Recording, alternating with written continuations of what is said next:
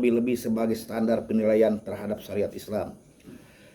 Kenyataan yang ada dan melanda umat Islam justru hanya merupakan satu akibat saja dari ketidakmauan mereka atau ketidaktahuan mereka terhadap pola objektifnya, yaitu Al-Quran menurut sunnah Rasulnya. Perpecahan yang terjadi di antara umat Islam, hidup saling mencurigai di antara sesama mereka, tumbuh suburnya berbagai macam partai, golongan, sekte, dan kelompok di dalam tubuh umat Islam, kembali merasa bangga dengan tradisi yang mereka warisi dari nenek moyang mereka, yang senilai dengan tradisi abah Arab Quraisy dahulu. Dibangkitkannya kembali dakwah jahiliyah sampai merasuk ke segala sendi kehidupan mereka. Semua itu adalah akibat saja dari tidak berpegang teguhnya umat Islam terhadap Al-Quran menurut sunnah Rasulnya. Dan ini bisa terjadi sampai dengan sekarang ini karena kurang dipahaminya proses sejarah perjalanan perkembangan Islam sampai di tanah mereka, di samping pencampur adukan antara makna Al-Quran dengan sunnah Rasul dengan pemahaman yang datangnya dari luar Islam. Untuk diketahui secara objektif mengenai kenyataan yang melanda umat Islam sekarang ini, satu persatunya perlu diselidiki dan dipelajari sebaik mungkin. Bila kita selusuri kembali sejarah umat Islam yang sekarang ini berada dalam keadaan tafaruk atau pecah belah, maka mula pertama yang menjadikan demikian adalah karena hasil jerih payah yang gemilang dari komplotan Banu Umayyah yang dimulai secara leluasa sejak Muawiyah bin Abu Sufyan menjadi raja pertama dinastinya, yaitu tahun 40 Hijriah sampai dengan tahun 60 Hijriah, sama dengan 660 Masehi sampai 1680 Masehi.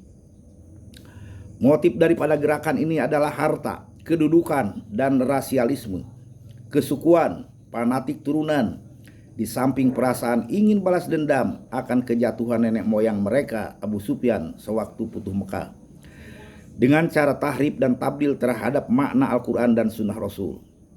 Berakhirnya masa kekhalifahan yang Rasyidun, yaitu para khalifah yang masih mempertahankan tradisi hidup dan kehidupan menurut pola praktis yang dicontohkan Rasulullah, dan sesuai pula dengan apa yang disabdakan Nabi Muhammad SAW, bahwa masa kekhalifahan itu hanya berkisar 30 tahun. Maka hanya mereka inilah yang berhak mendapatkan gelar khalifah, dan di luar yang 4 ini berarti sudah tidak berhak lagi dan tidak boleh dinamai khalifah, dan bahkan oleh Nabi disebut dengan raja-raja yang dolim. Pemegang posisi politik yang paling kuat adalah Muawiyah, yang memang telah berbekal lama serta diperhitungkan dengan matang dan cermat, di mana masa inilah pembuktian usaha mereka. Namun harus diperhatikan bahwa dengan munculnya Muawiyah sebagai orang yang menamakan dirinya pemimpin umat Islam, ia bukanlah seorang khalifah sebagaimana pemimpin-pemimpin yang diberikan kepada orang-orang sebelumnya. Ia tidak berhak untuk menyandang gelar itu. Bahkan akan lebih tepat bila disebutkan dinasti feodalis Banu Umayyah dengan rajanya yang pertama Muawiyah dan berkedudukan di Syria. Seperti itu pula sebutan untuk raja-raja selanjutnya. Dibukalah kini lembaran sejarah Islam yang baru, namun penuh darah dan haru, dihiasi dengan aneka macam fitnahan, cercaan. Syariat Islam dibelokkan ke arah pengertian yang sekularistis, yang ditopang bukan oleh wahyu Allah lagi, tetapi oleh paham-paham Yunani yang diimpornya. Nabi Muhammad SAW bersabda, "Latatbi'unna sunnana min qablikum, sibron bi sibrin, wa dhiro'an bi dhiro'in, hatta law dahulu hujra dawin la salaktumu. Qilal yahudu awin nasara ya Rasulullah, qala faman."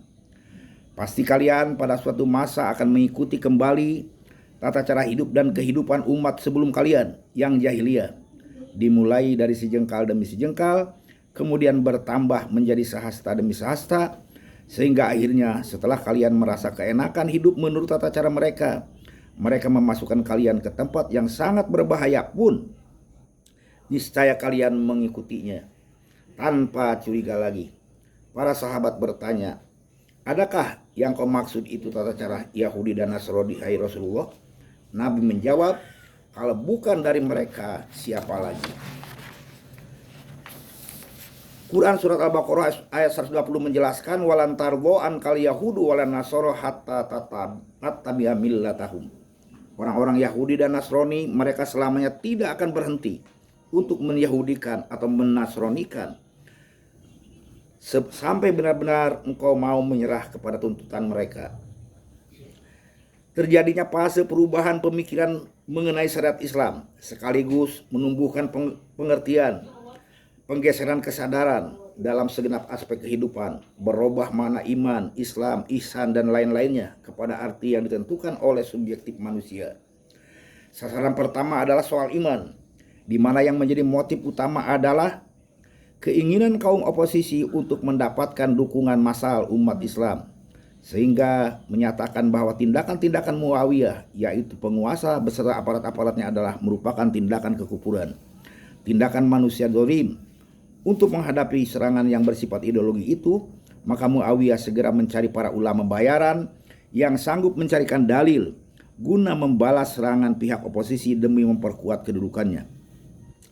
Dalam situasi inilah awal masuknya paham Kristen Jabaret yang berasal dari filsafat Yunani kuno, yaitu determinisme pada abad ke-5 sebelum Masehi, yang mengajarkan keterikatan manusia secara total kepada takdir dari Yang Maha Mengatasi.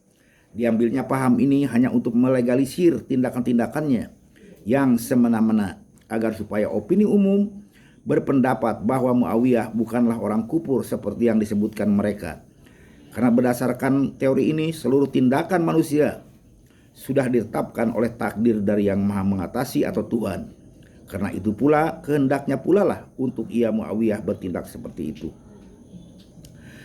Masuknya paham Jabaret atau determinisme Yunani yang membentuk melebur diri ke dalam Islam menjadi Jabariyah diambil oper oleh pihak penguasa sebagai satu tese mengundang datangnya antitese, yaitu paham Qadaret berasal dari indeterminisme yang digunakan pihak oposisi. Paham Qadariyah sebagai paham yang diambil oper golongan oposisi dalam perkembangan selanjutnya mendapat rintangan yang berat dari pihak penguasa, di mana akhirnya paham ini dibasmi, namun dilanjutkan kemudian oleh golongan Mu'tazilah, yaitu satu golongan yang mengandalkan kepada rasio semata-mata di dalam memahami Al-Quran. Akan tetapi, apabila mereka bertemu dengan ayat-ayat Al-Quran yang tidak rasional, mereka palingkan artinya kepada makna yang lebih logis. Cara seperti ini selanjutnya disebut takwil.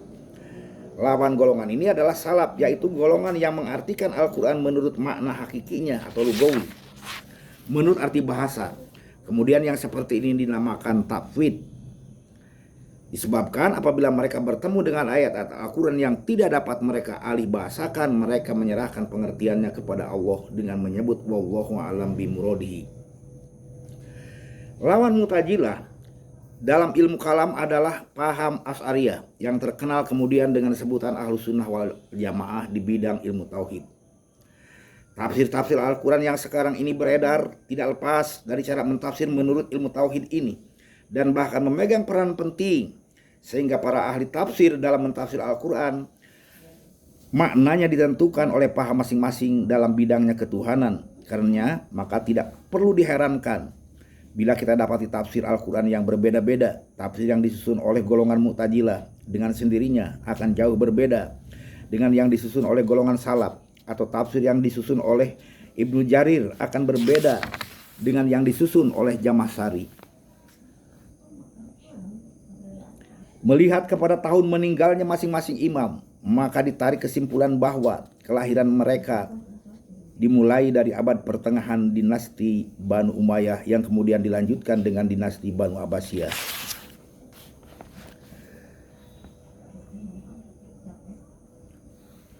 Apa yang ditulis para ulama tersebut tidak lebih dari ijtihad, hasil pemikiran manusia yang terkurung ruang waktu dan tempat, terutama terkurung oleh situasi sosial politik yang mereka rasakan pada saat itu, yang selalu memberatkan hati dan pikiran sebab mereka selalu dipaksa untuk memberikan fatwa sesuai dengan kehendak yang memerintah di saat itu. Sampai di sini dulu, nanti kita lanjutkan, diskusikan dulu.